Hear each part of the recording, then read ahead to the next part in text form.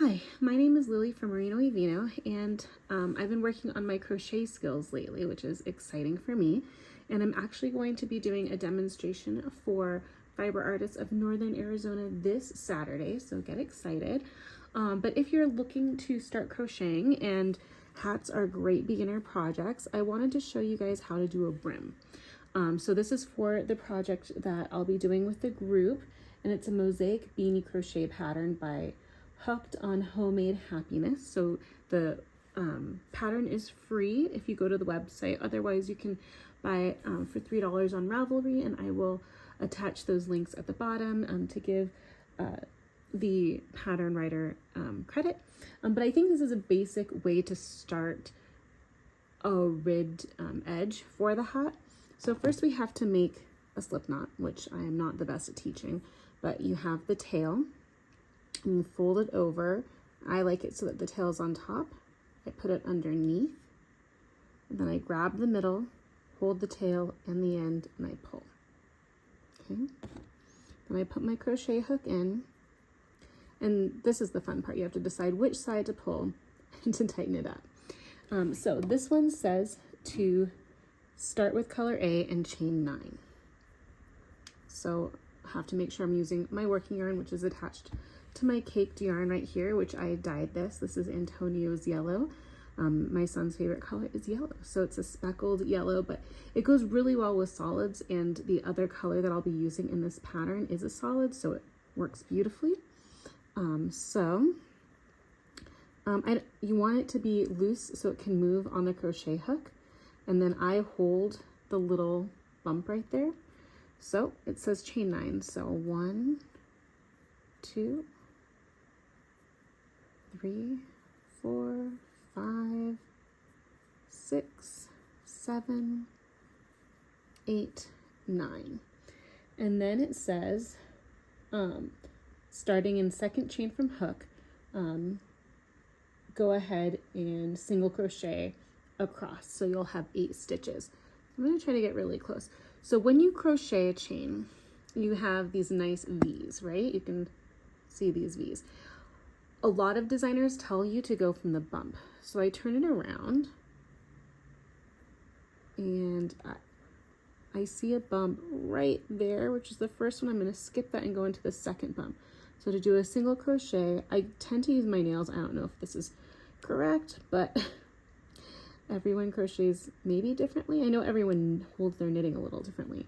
So I go into a bump, pull up a yarn over, pull up a loop, have 2 loops, pull up, yarn over again, and go through. So that's 1. And then I go into the next bump and I repeat. 1, 2, that's 2. Go into the next bump, yarn over, go in once, yarn over, go in twice, that's 3. I go into the bump, yarn over, pull up a loop, yarn over, go through both. That's 4, I think. I'm so good at counting. 5.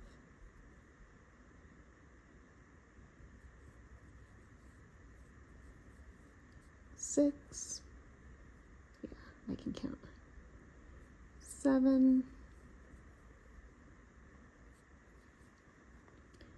And right by that bump, 8. Sorry, I got a cut on my finger, on my pointer, on my right hand, and it's making it a little challenging to crochet actually.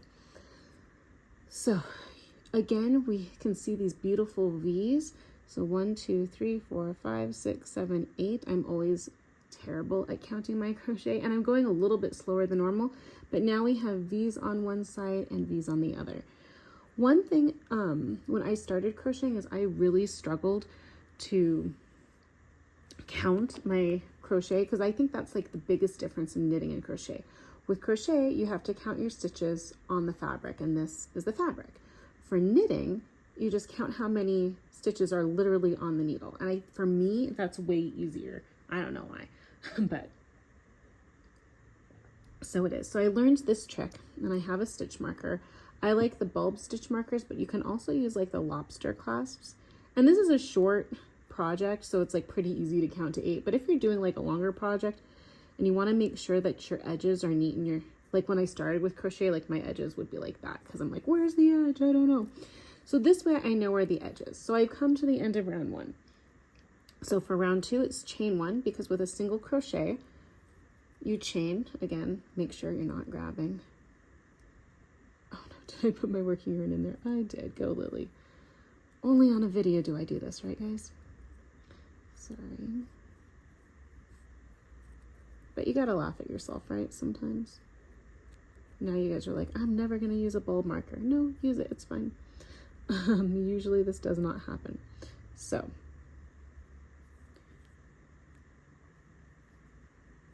put the working stitch on there, or whatever you call it. Grab your working yarn, get excited. And then I like to hold my yarn around. Okay. So I switch so that I'm starting on the right side again. I chain 1, because you chain 1 with single crochet. And then you single crochet into the back loop only for the next 6 stitches, which will be 8. Oh, single crochet in the first stitch. So now is where it gets fun and where you have to be able to identify your stitches. So we have a V here. The front loop, here, I'll do the demonstration on the next stitch because it's a little easier. So I'm going to go through both the front loop and the back loop. And this is what I found challenging when it came to crochet, is I was like, where do I put my needle or my hook? Okay. So I've done that. So now in crochet, you have these V's, as you can see. And so the front loop only is to go through just the front part of the V like that. The back loop only is to go just through the back part of the V like that. Then you do exactly the same move, pull up a stitch, and do that. So now we're at 2. Let me get it a little closer. So now we're going to do 3.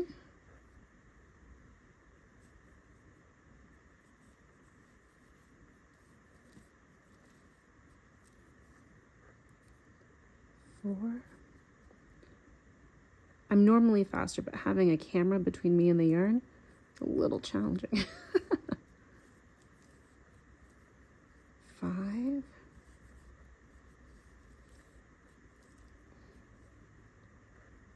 6. 7.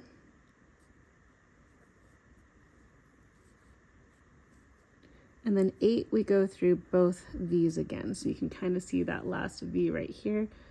So we go through both. I just went through the front right there. There we go, through both. Pull up a loop. And that's 8. And then we single crochet again. And then to do the brim, it's just you chain 1, go, and then you can also kind of go through the front. And then so my needle or my hook is through both. Pull up a loop. So that's 1. Then I have to look at the V's again, and I just go through the back loop only. And the directions will tell you if it's back loop or front loop only, so don't worry about it so much.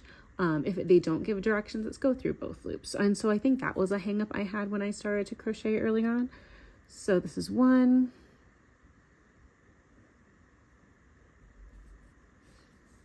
2, 3, 4, 5, 6, 7, and then 8 is both.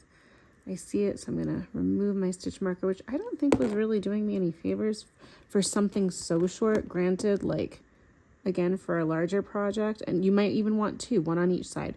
For me, that was really helpful as a new crocheter. And you know, we have these tools, so why not why not use them? Go through both, yarn over, pull up a loop. And then we chain one. And then if you wanted to use the stitch marker again, just put it around both loops, close it. And I think especially for something so short, having a lobster clasp is just a little faster. But you know what? You're going to find out which stitch markers you like. I like the movable ones, even though I'm primarily a knitter, because I'm always worried, what if I have a yarn over at the beginning of a repeat and then my stitch marker gets stuck, which I know there's ways around it, but I want it to be easy. So if I freak out, I can just like unhook it. But that's me. Okay, so we did the chain, 1 row, 2 rows. Now we're on the 3rd row. So we go in, and what's nice about feeling for like these holes right here is I just crocheted something out of chenille, and you cannot see the V's at all. So you're really going by feel, which was like leveling up majorly for me. So I'll just do row 3 for you guys. And then it's back loop only. So 1, 2, 3, 4, 5, 6, 7, and then through both V's, which that's blurry. I'm so sorry. I'm looking at the real crocheted item rather than through the screen. And then 8. So that's row 3. So, and you can kind of see the pattern starting, and so it'll be a little bit more like a rib, which will hug your head more. So you do this 80 times or roughly until you get to the circumference of your head. But if you need to alter, for this pattern, it's by multiples of 5. So that's something important to know. And if you are in Northern Arizona and you're going to be at my demonstration, please have this brim ready for the mosaic crochet project on Saturday. And then I will also show you how to cast on for the knitting crochet project. Okay, so hopefully I edit this well and it works. But by the time you're done with the 80 rows of knitting through the back loop, except for the first and last stitches, it should look like this. I'm always amazed at like how big, quote unquote, our heads are. But you also want some negative ease. So like when I put this around my head, like it does stretch, but that's what you want because you want it to hug your head. So what I do to make sure that I don't lose any stitches is I pull the last loop big and then direct. So then I put my crochet hook back in. And the directions are to single crochet the ends together. And so this is why I'm glad that I do the V's on both sides, because I can just easily line up the V's. So if you're interested in more videos about how to crochet from a beginner perspective, which I totally get, please let me know in the comments below and I will be glad to do that. But you need to tension your yarn. And so I do it twice around my pinky, over my ring finger, under my middle finger, and over my pointer. So I always think the first one's wonky. If I put it under the first V on the first side, and the first V on the second side. Okay, then I pull up a yarn over, and pull it through both loops, and then pull it through both. Okay, so that's 1. We need to do this 8 times total. So now I find my second, let's see if you can see it, second V is right there. And the next V is right there. And then I pull through both sides. And I do it again. So now we're at 2. Find the next V. And the next, which is 3. Pull through both. Yarn over. And then 4, V, V, yarn over, pull through both, yarn over, pull through both, that's 4, again 5, 5, 6,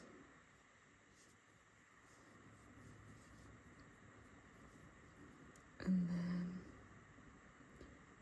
7,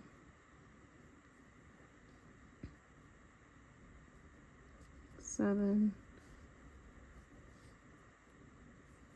and then last but not least, which is always a little tricky to find, but there is a little V right there, and you can kind of see the horizontal edge there, and so that tells me that it's the end. So there's the last one, and then maybe it's even easier to see right here with a little edge in that last V. And then we yarn over, not get the tail in or the end, and that's it. Now what's cool about wool is like we can break it. So it sometimes hurts, but I just do it around like 2 or 3 fingers and then rip it. I actually taught that to my daughter and her friends in 1st grade. They thought that was hilarious. The things kids find funny. And then I just pull it. And of course we have to leave in the ends, but it almost blends in perfectly, the seam right here. And then I just flip it, and there you go. And this is also how you can make a headband. So that's the edge. And then the hat that we're going to be making for Fana using mosaic crochet, which there's not that many videos on how to mosaic crochet. This is it. So the original time I had my ribbing be dark purple and my accent be yellow. This time it's going to be the opposite.